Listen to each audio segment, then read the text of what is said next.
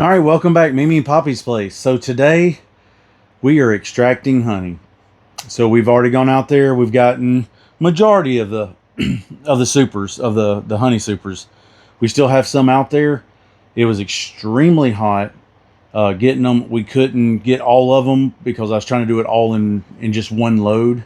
Just take one load with our cart. Our little side by side cart will hold 400 pounds. I had 10 supers back there, so one super is about 60 pounds. So yeah, it was a little overloaded. So that's all we took. Didn't want to lose any of the honey, of course. So we're in here today. We set this up last night. We're in here today to go ahead and start extracting. All right, we have our frames. Our frames will go from here to the decapping tank to inside our electric motor spinner or extractor. And we'll just do that a little bit at a time.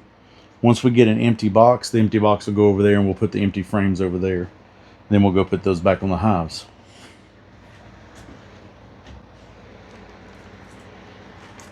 Where's my hive tool? Okay. So once again, first time using this. My nail might need to be a little lower.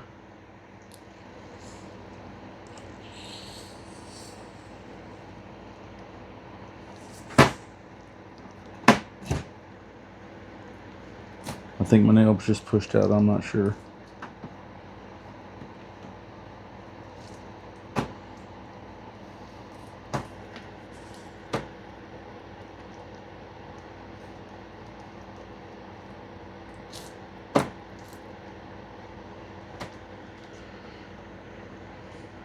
I'm gonna push down a little bit.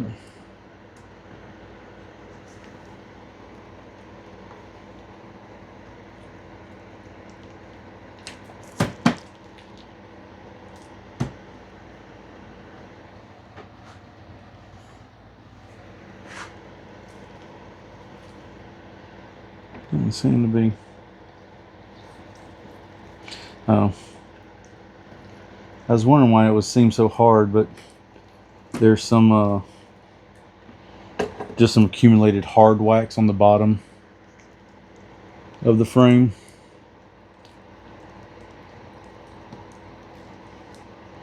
So it's able to go through the comb very easily.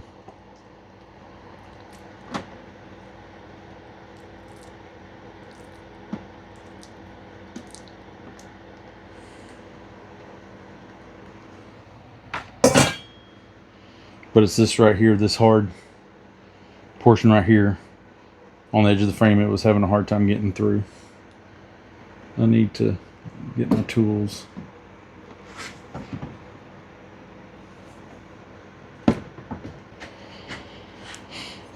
Now this over here, this way I can scrape these. And my wax will go in here to be reused. Probably don't need to do this side right here right now, but it also fits easier.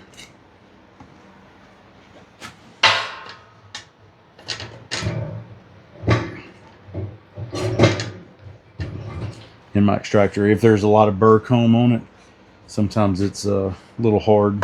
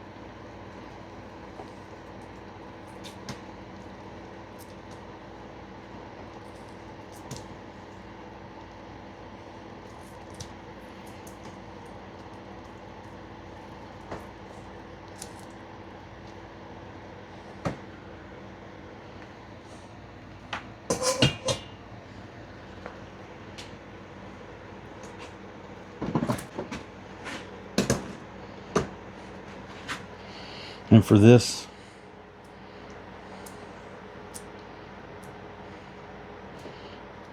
if it's too flush that the knife can't get it. I like this pick. They also make a roller, and I had one of those, let another beekeeper use it. He had some that were real tight like this. The roller just punches holes through the wax, and it leaves a lot of wax in your extractor, which clogs up your honey strainer. So I will just use this little pick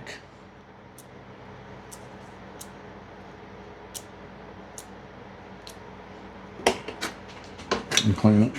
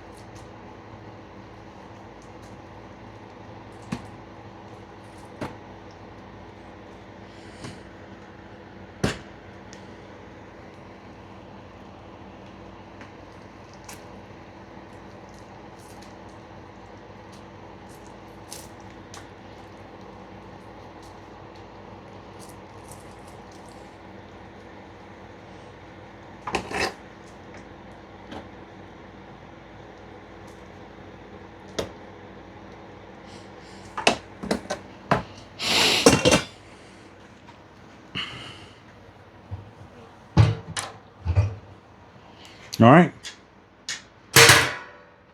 We now have our, this is a 2-frame or 4-frame extractor.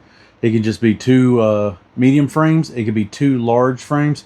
I'm putting 4 medium frames in it. We always leave the speed down to 0, turn it on.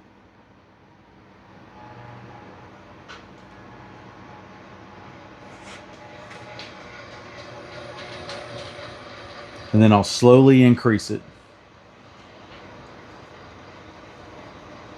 I don't want to throw it up to 100 right away. Right now, all the frames are really heavy, but if one is only half full, didn't have that much comb and honey in it, and the other one did, it's really gonna off balance it. So I don't want to do that real fast right off the bat. So right now we're about at 60%.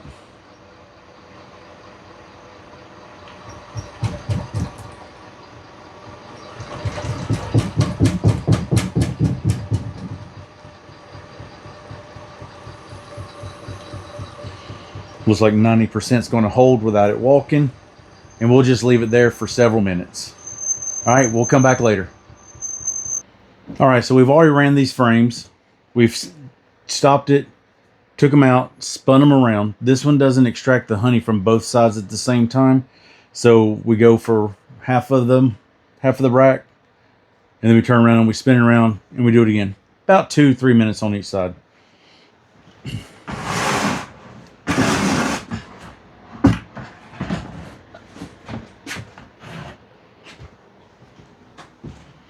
So I'm not going to do this after each 4 set. I'm just doing this for your purposes. we have a 6-gallon bucket. This is a food grade bucket. Did have coconut oil in it. We used coconut oil for our homemade soaps. So we have plenty of food grade buckets to store the honey in. We have our pour spout on the bottom. But this is another series of strainers. So we have a strainer here, a strainer there. This one is not as fine as the bottom one. This will catch most of the wax that are any wax bits. The other one will just strain the rest of the parts out. We do not filter our honey, we strain our honey. So we're not going to have chunks of wax, flower petals, maybe a little bee wing or a bee leg in there. That's what's going to get caught in the strainer. Your pollen and honey will still go through this. So if you're looking for natural benefits of raw honey, such as your local pollen, you'll still get it through strained honey. You know, so that's why we don't filter. But just after 4 frames, that is what we have.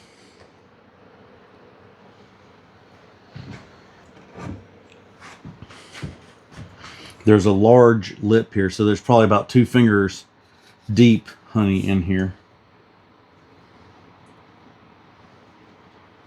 Give it just a tad lift. Let you see that. And look how clear that honey is. Our fall honey is really, really dark. But our spring, summer honey is just super, super light.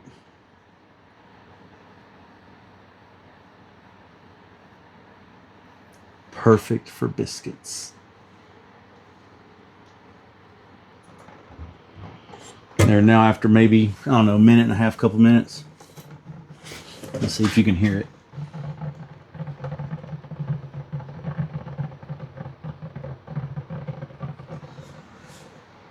So after about a minute and a half or so, maybe 2 minutes, the honey has finally gone through the top strainer, gone and collected in the bottom strainer, and is now going through the second strainer and is now entering the bucket for storage.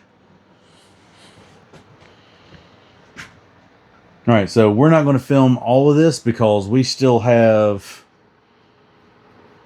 4, 5, 6, 7, 8, 6, 17 times what we just did. So it's going to be a while. We'll see y'all in a little bit.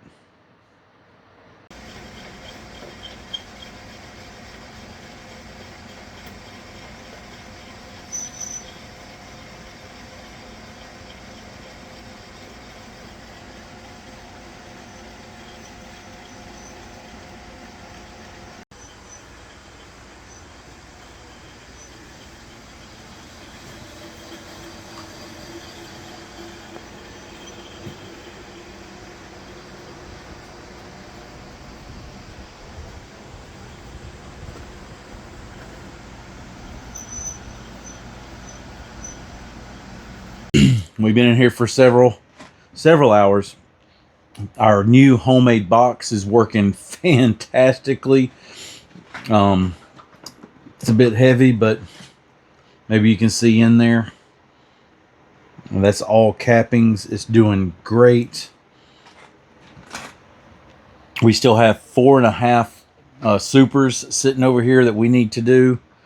We have 1, 2, 3, 4, 5. And starting one over here, and what we just got done in here. So we just got through spinning out 4 frames, waiting on my strainer to empty out. I got to get some of the little stuff that comes off. It starts clogging up the strainer after a while. I mean, 5 supers, and it's just now getting clogged up. I'll take it. But that's it right now. As far as we are halfway done. I don't know what time it is. I think it's probably here. Oh, I thought it was like 4:30. It is after 6:17. So, yeah, I'm probably going to be out here till about 10 o'clock tonight because I've got to get this done because I've taken over Mimi's soap shanty. And she doesn't like that. So she needs to get in here and make soap. She also doesn't like that the floors may be a little sticky when I'm done, so I got to clean everything up real well. All right, we'll check back in just a little bit. All right, so you've seen the frame that it's like capped comb, capped honey, and this is what they come out. I mean, they are just light as can be, spun out on both sides, but we maintain the comb so that way we can put these back in the frames, put them back out there, let them just work on this, clean this up a bit, and start storing honey again. Now that we have our strainer, it's a 2-part strainer. This was getting a little clogged up, just scraped it out and put it in there. Let's see what we might have.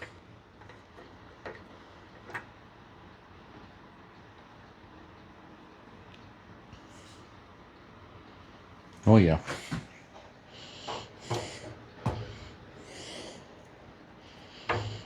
You can still just see how light.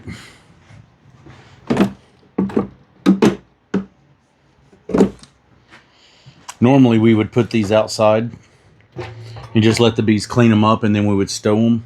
But right now I've got hives that have tons of bees in them, and I've got to get these back out there so this way they can have space to stay in the hive. Or if not, they're going to abscond on me. They're going to bail out.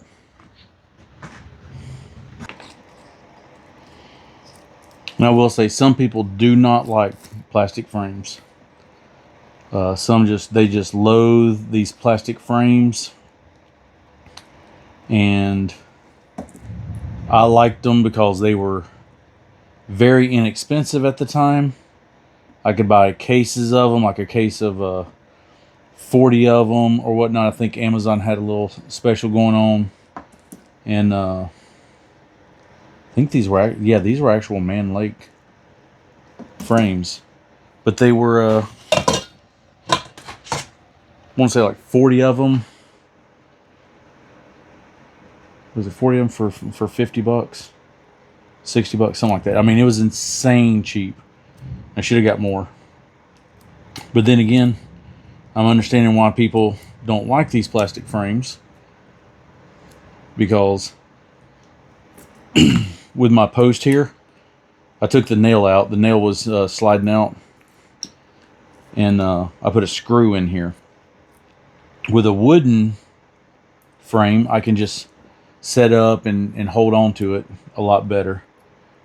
With that point of that screw holding onto the wood. The plastic, not so much.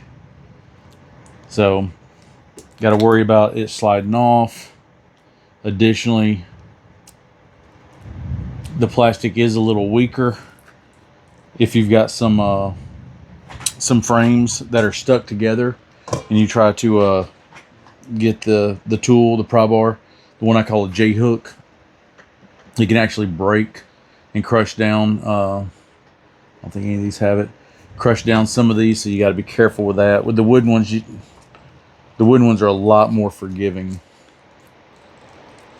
They are more expensive, but they are more forgiving. So more than likely, we'll start slowly switching over.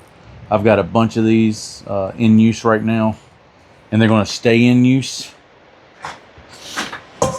until we can afford to buy those frames. And then we might switch out wood. And then, these will either be backups, additional brood box for if we do medium boxes for brood. And then also, you never know. I mean, in the beekeeping community, in a lot of our homesteading community, people will barter, people will give, just to help people out. So I've caught hives. I've already caught swarms this year and given away swarms in boxes. People are selling them for $150, $185. I've already given 2 away to help new homesteaders or homesteaders that wanted to try bees, to give them a chance. So that might be what I do with them.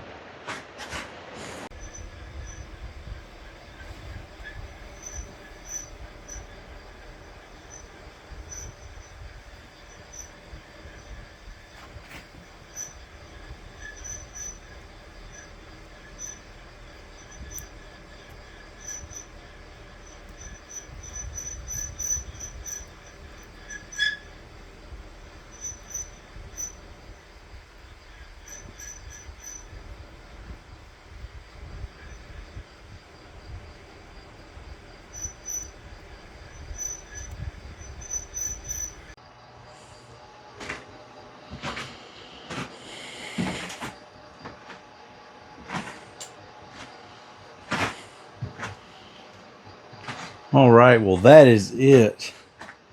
We're starting the cleanup process now. We've gone through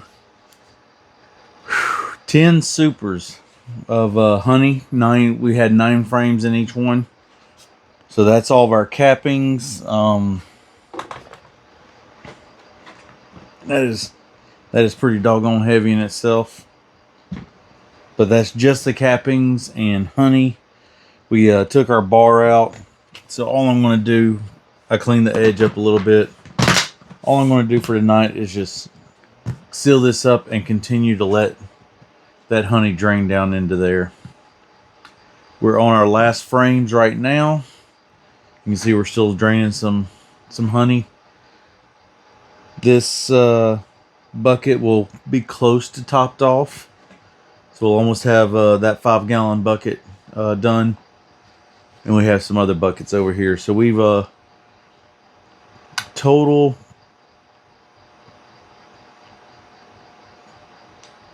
over 20 gallons, almost 22 gallons, probably about 22 gallons of honey. I'll have to look and see, but I think last year, our spring and fall, we did 27 gallons, but we have more hives this year than we did last year. But it is a time. Let's see. I'll be back. It is 11:51 p.m. So I still got to clean up because Mimi's gonna have my hide if I don't. I tried to put some plastic down, but yeah, it didn't really work out. But that's it for us. I'm tired. Still got to clean. Y'all take care.